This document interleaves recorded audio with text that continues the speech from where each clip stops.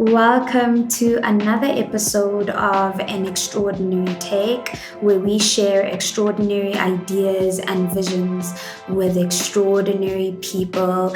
My name is Bo, your host, and I'm so excited that you were able to join me for this episode. Let's get into it, shall we? Hello, welcome to An Extraordinary Take. My name is Bo, your host. And I am so excited that you were able to join me for this episode. I know I always say I'm excited, but I am particularly excited for this one. It feels like such a full circle moment for me and for the podcast, actually. And I'll tell you why. It's because of our guest today, who's not really the guest. I don't know. She's coming to take over the podcast. Hopefully she's going to bring it back. But it feels full circle because when I first had this idea, the first person that I felt safe enough to share it with was her. Because I know everything. No. Because we're Papa, and I knew that she would be honest with me. But also, she is one of the most hardworking. How old are you? 22? Always grinding. I think you don't sleep. Yesterday I was saying I think she's on drugs. Because there's no way that you are always on all the time. But anyway, I don't want to start rumors about this. Yeah, I tell people to be saying, I know. No, energy. She can't be out like that all the time. She must be on. No, you know what it is? It's your 20s. Yes. I also thought the same. Yeah. Let's chat after 30. Let's chat after 30. No, you might still. But yeah, I know. Yeah, exactly. I know that a lot of people probably already know you. But for those who don't, this young lady, her name is Barbara Moagi. She is a radio personality. Actually, currently she's on 94.7. Yes, congrats, by the way. Thank you. But we also know her as a finalist on Miss SA's Top 30. This happened when in 2023. 2023. It was such a beautiful journey watching you, actually. But I think my favorite thing was the community that you had behind you. Like, sheesh, you know how to rally people up. I mean, people know how to support. That was it. No, but I think there's something about you that just, I think there's a way that you do what you do, and as a content creator, that makes people really feel like they are a part of your world and that they want what's best for you. Like, they want it for you probably more than you want it for yourself. And that was so evident when you were doing Miss SA, which was just phenomenal. Thank you. And what has happened after that is even better, to be honest. That's so sweet. I know. I mean, yeah, it's because I've got you here and I'm not paying you. So I have compliments. No, but honestly, I'm so excited to have you here. For those, then I'm going to explain what this is about. Today, she will be running an extraordinary take for me because I really just wanted to give you guys an opportunity to get to know me, to get to know, like, who is this girl? Why should we even listen to her? I mean, you should, but you don't have to. But if you want to. Behind you, like, you're so wise. There's a lot going on. Great knowledge. I hate you so much. But really, like, I mean, I don't take it for granted that there are some people who are quite familiar with me, but a lot who really aren't. But I also wanted to share the journey of the podcast and how everything has led to here. And I felt like there's no better person to, take us on that journey than the amazing, extraordinary Barbara Moagi. Oh, please stop. Thank you. Thank you, everybody. I firstly just want to thank my caster for this opportunity. And I'm joking. I'm kidding. I think for me, what really excited me about getting to do this podcast with you is the fact that I knew you before I knew you. Like, I don't know the street version of you. Like, not the street. Yeah. Yes, because you've got all these incredible accolades. Like if I had to sit and read your bio, we're going to sit here for 2 hours because there are things that you've been doing since you were 15. And those are the things that are recorded. It's child labor. Child labor from the beginning, you were a leader. From the day you came out the womb, you said, I'm gone to lead, you know? And I think when I then got to learn, oh, this is what you're about, it was insane because for me, when we strip away all those accolades, you're still a remarkable person simply because of the impact that you had on the lives of the people around you. So I'm sitting here and I'm like, I was trying to prep last night and I'm thinking like, how do I go and unpack the journey of somebody who started their career so early? Like at 15, you're busy leading things around the rural community, fighting for women and children's rights, which is wild because at 15, I don't know. It actually is. I was trying to figure out meds. I know. Now that I look back on it, I'm like, I had no business. You didn't have a business. I had no more about women's rights at 15. Can I tell you? The craziest part is there was other project, and it was around there that we had to do. I was doing with the social welfare, something. And we were to go into these rural communities and sort of like just talk about violence and, you know, making sure that you advocate for yourself, but also leaving violent and abusive relationships. And then afterwards, I do this talk. I don't know what I was saying. Anyway, I do this talk. I'm there inspiring, doing the things. Then whenever I would finish, these women, like I'm telling you, in their 50s, 40s, just out here telling me about their toxic marriages. At 15. I know. And then I'm there giving advice. I don't know what I was saying. I know. Honestly, it sounds so crazy. Now that I look back on it, I'm like, it's actually insane. It doesn't sound real, but okay, that's what happened. I think that's what a gift does. Like, you know how they say a gift will make room for you in front of kings and queens and all the important, fabulous people of the world. Yeah. And I think if I had to highlight one thing about you is that you have the gift of healing through your words. Like the way that you will introduce conversation creates a safe space. It's almost like people just want to fall down and cry when they walk into your presence, which is wild. So for me, I'm like, as a young girl carrying all of that weight, what did you feel like healing contributed to your ability to reach those greater heights? Because there's no way that you're carrying the burdens of the women in the rural area. You've got dreams of your own and then the burdens of your family, and then you're still rising above it. Do you know what? And I think it's only really coming to me now. I think people say that to me a lot, like about, you know, this whole healing component. I think my healing has been through others and healing others. I think even then, like as a 15-year-old, believe it or not, and it's easy to believe. I mean, being Black girls, we know what it's like growing up. I had quite a bit to heal from. But I think there was just something that made me feel so much more alive, but also more meaningful, and like I could exist when I was having those conversations. Like I mattered. Even though they felt like, oh, you know, we're talking to you and you're sharing all this advice. I think they were actually pouring so much into me by virtue of them listening to me, like them giving me that platform, I think is what made me feel like, okay, it matters that I'm here. I have a purpose. I can help people. And so that was a healing in and of itself. And actually, I think it speaks to service. You know, I think you were, because we serve the youth ministry.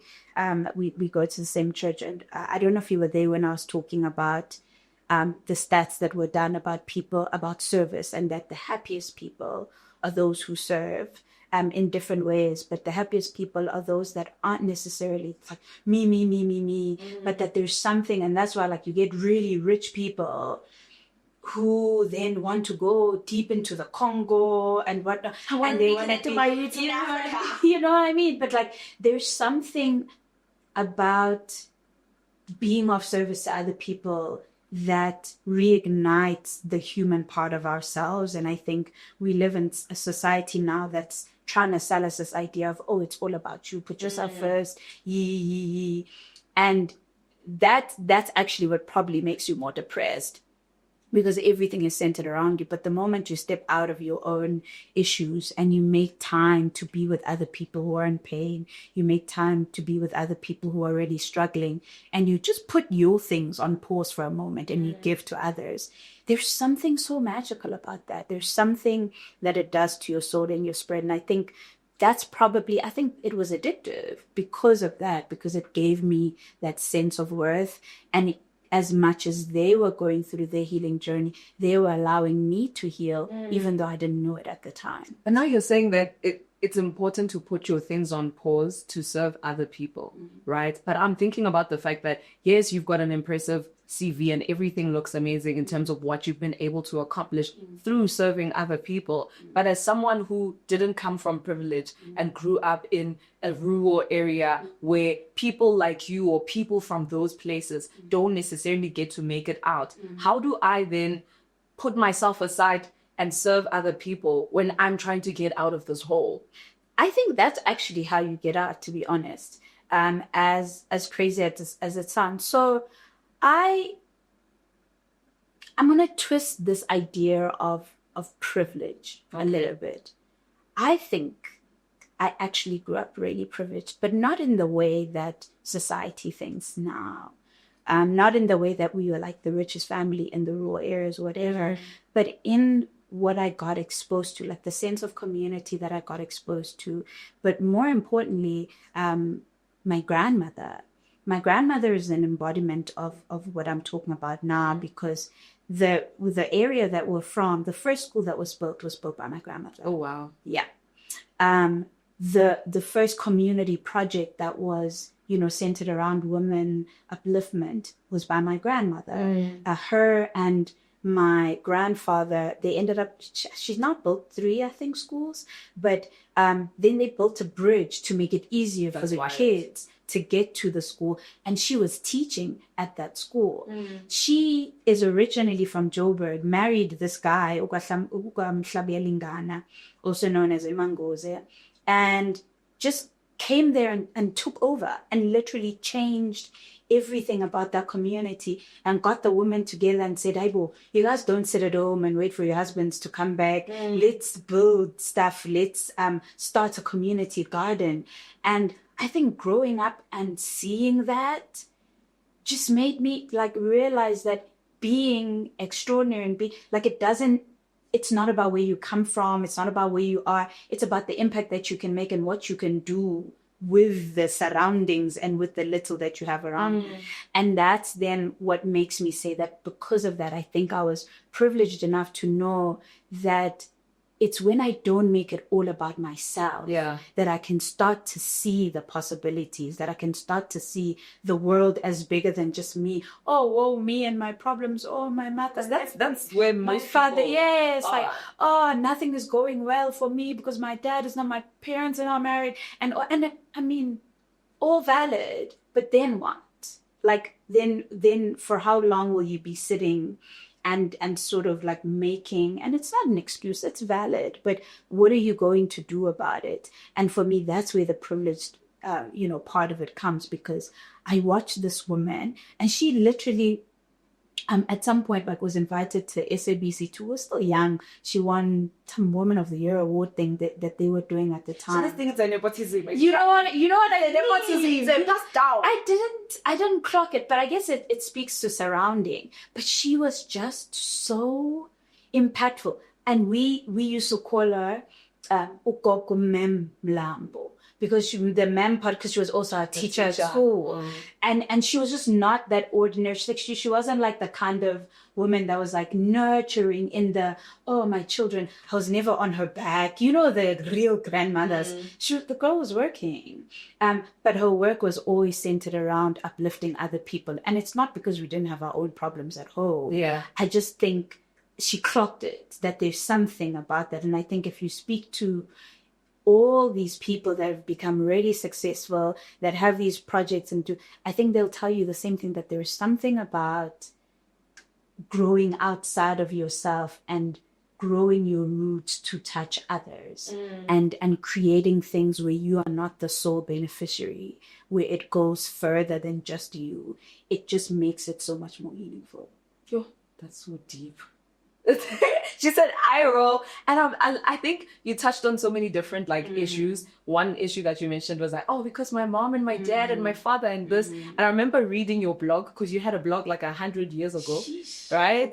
And there's one blog post that you did, I think it was like in August of 2017, and you you had made a comment about how you made the statement that Black women often find themselves settling in spaces, and we swallow ourselves in the discomfort of the room around us, almost like minimizing ourselves to become as small as the room that we're in. So my thing is, once you are exposed to a woman like that who challenges you to do more, to dream big, to give of yourself to other people, you can't tell me that that's a journey that happens without like anxiety or imposter syndrome or fear of failure. Surely you had like pressure of, am I going to live up to this great name that Gog Mem Mangma lived up to in the community? Definitely, but I also think at the time when I was really super young, it caught on later. But when I was super young, I didn't even know I was doing it. I didn't even know that I was emulating her. It just happened so naturally. But then when I got older and I started realizing, because there's something about things that you do, and they really say like, the thing you should probably do is the thing that you have to think the least about, that comes so naturally to you. So when I started off, it just came so naturally. And then something kicks in where you're like, oh my goodness, I did this. Can I follow through? What if next time it doesn't work? What if it was just a fluke? What if, I was just lucky? What if I can't actually do it? And that's when, it got a little bit tricky, because then I started putting all of this pressure on myself, and things that had come naturally to me, I started second guessing, and kind of wondering if I really could do it. And it was also more even from a spiritual perspective, like one of my biggest awakenings was I just had this, my spiritual life was so driven by works. Like I always felt like I had real, to achieve. so real. Yeah, like I had to be doing something, and then I could feel like, okay, God and I were good, which means the good things can keep flowing as well. So what it did is, when I wasn't like quote unquote being perfect and achieving and doing all these great things, then I felt like I wasn't worthy. Then I felt like, okay, my relationship with God had to go on pause, because I can't even speak to you because you. So I realized I was setting this kind of relationship where I was setting the rules, and the rules were based on how great I felt about myself. And if I didn't feel great about myself, I thought God didn't feel great about me. And then it was, but I think part of that, because with all great things, there's also like other weird things. It came from being in a family like that, where you have a grandmother that is so, you're really afraid to fail. You're really afraid to not, like, I was afraid of everything. I wanted to do everything perfectly because I didn't want to disappoint her. And because the standards were high, my dog, like my grandmother. Built 3 schools and a listen, like, don't even tell me about boys and dating. And like, it was such a big fear for me that I wouldn't live up to that. And it was so hard. And I want to say I've shaken it off. I think I've shaken off certain parts of it, but not really. I realized even when I was getting married, like, I thought so much around, like, okay, what would they think about this? Like, I just want to make sure it's, I want to give them a wedding that is, that is reflective of how we've been raised. I will see that right now. Yeah, babe. But I think in all of that, I also had to find myself in it and to say, okay, because I saw what it did to her children. Some of them cowered under that weight of being perfect and whatnot. They just couldn't live up to it. And if anything, then they started hiding who they truly were because they didn't feel like they could be themselves. So it's also interesting how, on the one hand, it's so amazing and so inspiring. But if you're not careful, it can really be debilitating. So I then had to kind of figure out, okay, but who are you? Yes, I see the legacy, yes, but who are you in all of that, and who are you trying to be? And then I started trying to make decisions that also feel true to me. That's good. Without necessarily being so set on what it looks to everybody else. Yeah. And I think that making decisions that are true to you and good for Yeah. you, I think about the fact that you left your job, which is so wild. Because for me, I look at your journey and it's like, okay, you go through this whole thing. Fine, your grandmother was inspiring, but I don't want to say it didn't help, but it didn't help when you had to go to university and now there was no money for you to go to school. So you end up becoming a teacher. Then you pull yourself through and then you get to study, you do all these things and kind of claw your way up to the top. Now you're the business unit director. What? You're working with Samsung, you're doing all these big things. And right at the pinnacle of your career or the top of the world, you decide to walk away from all of it. Like what inspires the madness behind all of that? And how do you sleep at night knowing that you are... No, because it's a real thing. You are actively trying to work against impressing a generation before you for the sake of being able to live the true you out. How do you sleep at night knowing that you made that decision? Babe, you know what? I think my journey has served me so well. Like, everything that happened exactly the way that it should have, and in perfect precision. So like me, being in a matric and then, being told like, look, my mom had decided she wants to go study. And so the conversation with the family was like, just wait, like for her to finish study. It was 4 years, by the way. You see that? Just wait for her to finish 4 years on record time. And then when she's done, then maybe you can start, because she would have started working again. And I was just so distraught in that moment. And I remember I was in boarding school packing my stuff and just feeling like, this is it. Like, this is it. Like, and it sucked more because I thought I felt like I had so much promise. I'd already done so much in high school. Like, I've already really been doing the most. I just felt like, oh, this is how it ends. Only to be called by my principal, Mrs. Vanigat, who's may her soul rest in peace, one of my favorite people. And she's like, I think you should stay. I don't think you're ready to leave. I think you should stay. And they'd never, like, that wasn't a thing before. And I was supposed to start as like, just shadow my English teacher, because she's like, we know your favorite thing in Pacific English. So just shadow her, see, and then maybe you could study and decide to become a teacher. I think I shadowed her for probably like 2 weeks. Next thing, I actually started teaching my own class, and I got into that classroom, and it was like I was always meant to be there. It was like I had been doing it my entire life, and it was perfect. And I did that for 3 years. And then I went to study, and then thereafter, I got the incredible opportunity of working at News 24 as like as one of the journalists, and it was for a short time, but it was just so incredible. But all of those things, I think, I was so driven. It was all work. It was all like achieving. I mean, after that, it was, One Day Leader, which was a whole thing on its own as well. And I really was about the accolades. I really was about like, okay, what more? Let's on to the next one. And I think then by the time I got to, working as a BUD, I was tired. And I get why I was tired, because I'm young, but like not as young as you. You've lived 60 years. Yeah, so that's the thing, is like I'd started so long ago, and it just wasn't fulfilling anymore. And I really wanted to give myself an opportunity to figure out, okay, without the fear of who you're going to be if you're not doing this thing, without the fear of always being like wanting to achieve, who are you? Like, what would you choose to do if you had the choice? Yeah. Because also, the other thing is, all the things I was doing chose me in a sense, because I didn't apply to be a teacher. No. And I didn't apply for any of the jobs that I've ever had.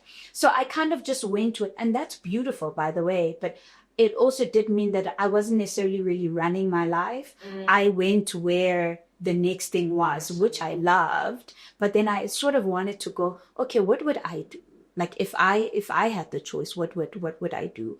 Hence the decision to walk away. Very scary, by the way. Like, no, I can imagine. Oh, it's like, bye-bye comfort. Bye-bye. very, very scary. And Baba, money is so nice. How to come find? Yo, babe. But it also felt right. But it was also like a leap of faith where I have Shem. God, I say God loves people, but I really think I'm his favorite. No offense. I have that. I have to disagree. No, listen. No, he's Shem. God loves me. He loves all of us. But he was so good at affirming me in those moments, like in the best ways. Like, but how do you find affirmation in someone who's invisible? Because I think that's a tough thing that most people have when it comes to spirituality. Yeah. You can say God affirmed you in that journey, but that journey is so real. My anxiety is real. My feelings are real. Well, he used people. So what it looked like for me is like the first week the first week, 2 weeks, then I started like panicking. I was like, oh my goodness, did I make the right decision? Where did it, And then somebody calls me and they say, hey, we would like, I think, and it's somebody that didn't even know me that well, said, hey, we want you to start a PR division for our company. Me? Yeah. We just feel like you'd be the right person. And I never ended up doing that, but I knew what the purpose of it was. It was God saying, relax. The opportunities, just as they came before, will come. So we have our own language. I think as it's a relationship, you start to know how God talks to you. You start to know how God, like how he gives you a hug. What that version for you is. You start to know, like, okay, when he's saying calm down, how he does that. And so I knew, okay, I hear you, I got it, and then I relaxed. And he also did it through other different ways. And so that was very, very helpful, during that time, because he could see that I was, so you have to have relationship.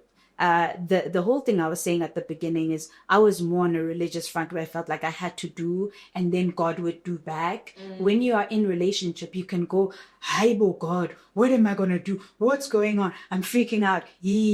And then, and then as a partner and as a loving father, then he's like, relax, So that's how that affirmation came about. But he had to keep on doing it.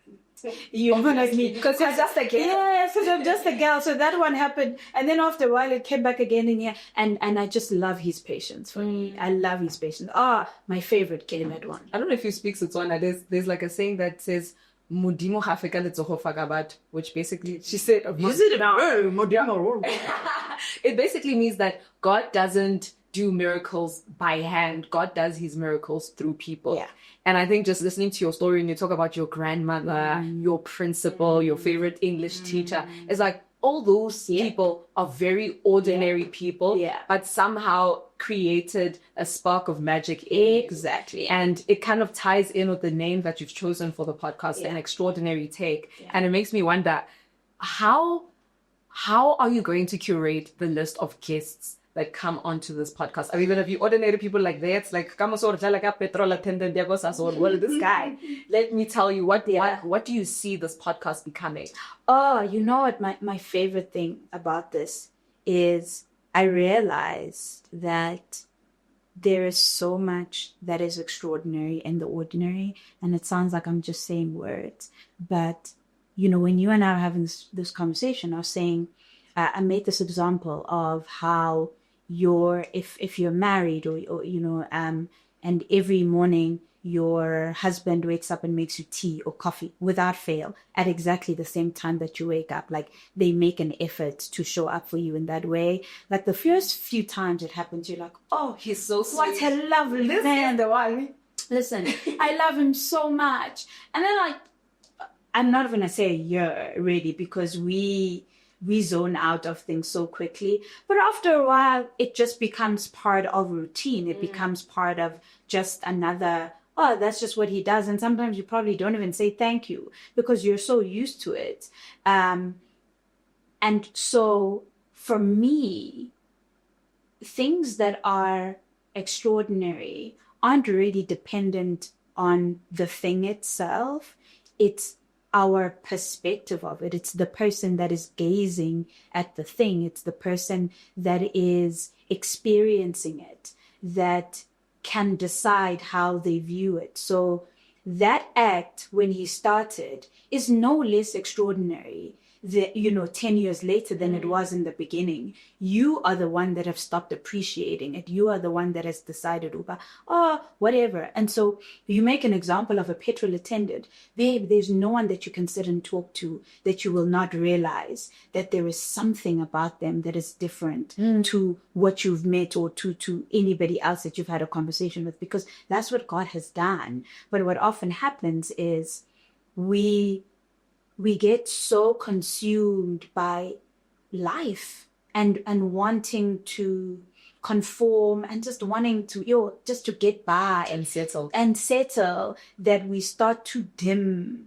that light, which is why there's that thing about like a lamp, when Jesus says if you put it underneath the table, it's not going to shine, that you need to put it on top. It's not that the lamp is not there. It's there. But where is it? Where is its visibility? And I think there are extraordinary parts of us that we are not letting shine, that we're not giving enough sunlight to, so that they can grow and get bigger. It doesn't mean that they're not there.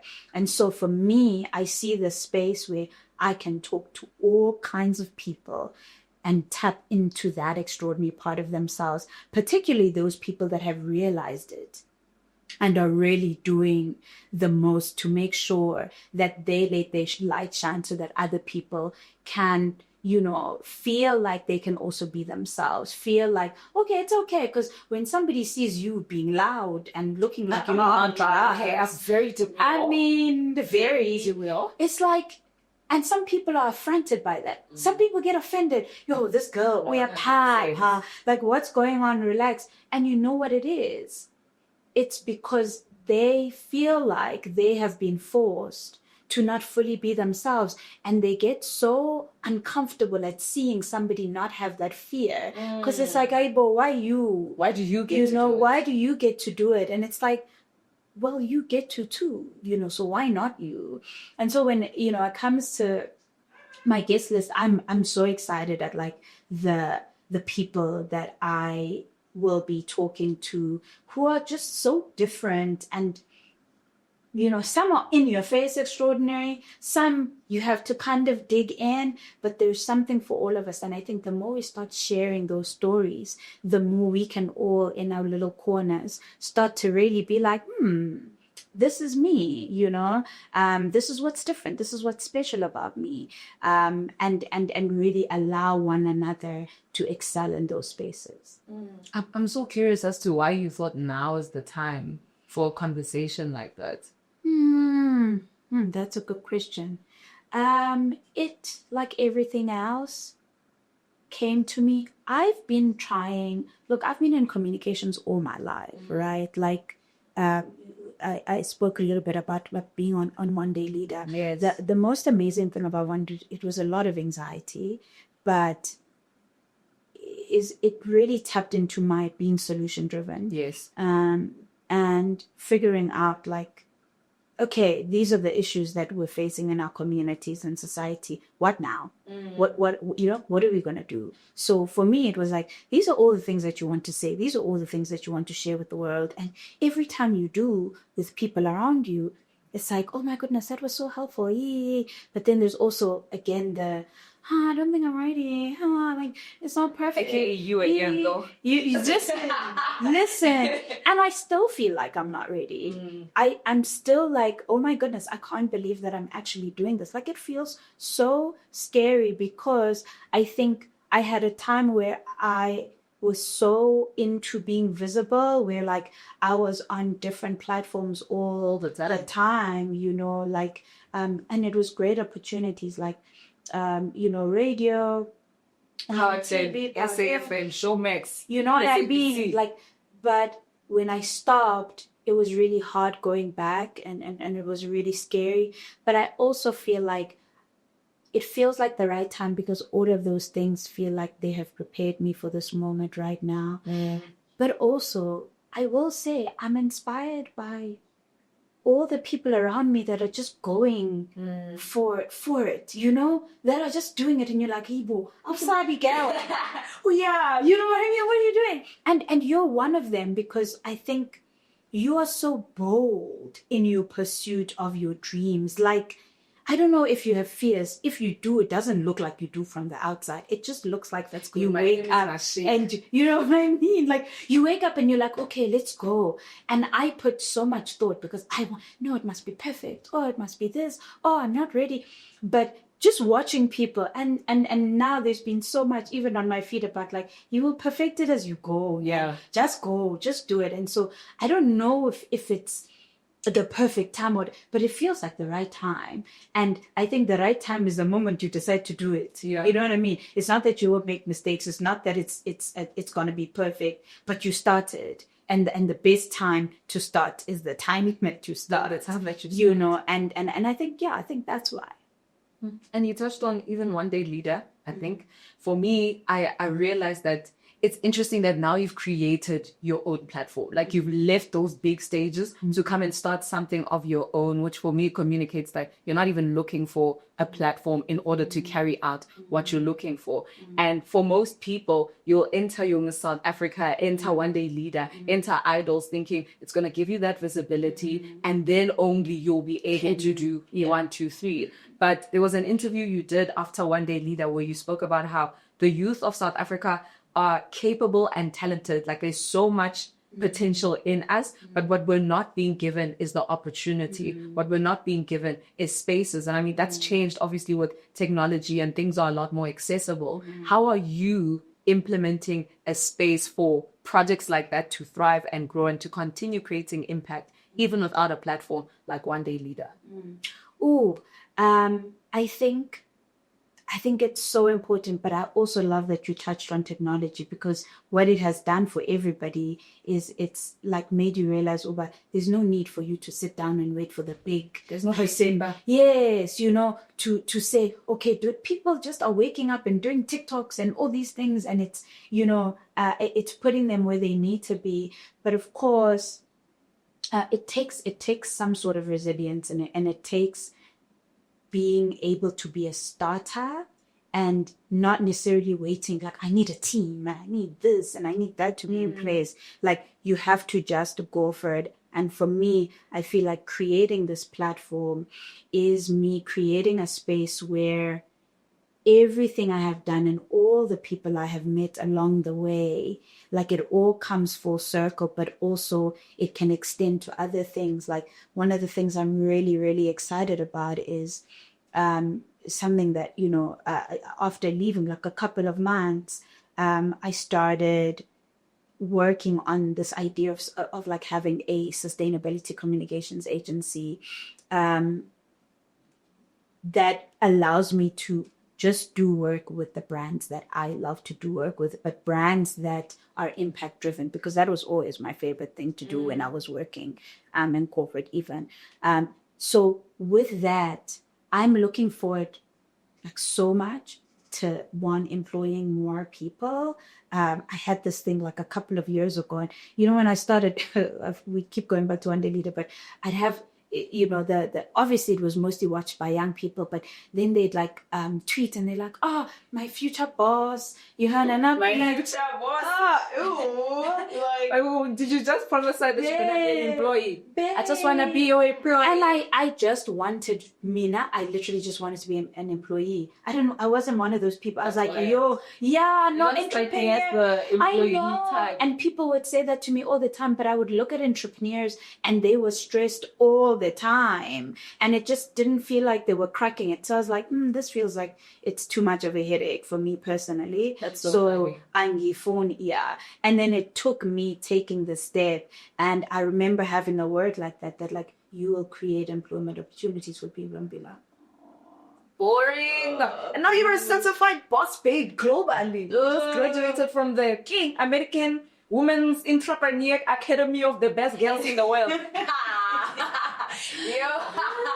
I said that literally happened yesterday, and it was just so That was so amazing, That's man. I'm awesome. so grateful. Thank you very much. I'm so grateful to be part of that movement and to be an alumni, because it dealt with that fear that I had. Oh, God is so lovely. The fear of being an entrepreneur and people, messing it up. Because then they literally trained me to do that, and I got to meet so many other extraordinary women. I talk about God chasing you the direction of your fears. I feel like that's his specialty. Like, because when I look at my life 10 years ago, I'm literally living out everything I said I would never be. Like, I was so afraid to be in the very position that I'm in. And right now it feels like God is just helping me and carrying me through that. So just to close everything off, if you had to go back 10 years ago, right? And sit at a dinner table with yourself, the same person who was afraid of being in the very shoes that you're in right now. What do you think that sport would thank you for? I think they would definitely thank me for constantly pursuing to be better than I have been. I am obsessed with growth, but more, not just like from a monetary material perspective, but like character growth. I love the work that I have put into the person that I am. I am my favorite body of work, because when I tell you I have built this brick by brick, like the decision to not be defined by my traumas, the decision to not just let it be and be mad, and the decision to be kind, the decision to really be so intentional about how I treat people, the love that I have for people, the grace that I have for people, sometimes too much, but it's all been curated. Like I consume so much that is just about how can I be better? How, even like when I think about like becoming a parent, I'm not a parent yet, by the way, but like listen, I have been so intentional about like reading, learning as much as I can, and making sure I won't be perfect at it, but babe, I will try. I feel like we need to put as much effort into becoming good and proper people as we do into studying for our 100%. Course or the career that we want to. So for me, I think the thing I would thank myself for is like I created myself. I didn't just let myself be. Like I didn't just say, oh, this is where I am. Like I was like, okay, but why? Let's remove, what's this part? What's this anger? What's this? What's that? What's that? Like, let's sharpen certain edges, as opposed to just saying, oh, I'm accepting me as I am. That's great. But I love that the person I have become is a person that I created myself to be in partnership with God, which is what I think he called me to be. And that's the best way to do it. And that's the best way. And I really hope that the people who listen to this podcast are people who are as dedicated to growing in every aspect of themselves. In fact, I think this is the perfect place to do that. So if you are looking to take an extraordinary take on your life and become an extraordinary version of yourself, I really want to encourage you to subscribe to this channel, to really follow this podcast. And if you can give us a review by the time that you are making it to this point, please. I know that you've enjoyed it and you can enjoy for free. So let us know how you feel. But most importantly, we want to know what's the ordinary thing about you that makes you extraordinary. And hopefully as the journey grows, we can look back at that comment and see how much you've become a superstar. Stunning. Thank you so much. Thank you for having me, Varian. Yeah, this was such a beautiful, I knew you were the right person. Thank you for joining me and making this so special. And yeah, thank you for you. Thank you for being on this journey. We'll see you next time. Bye.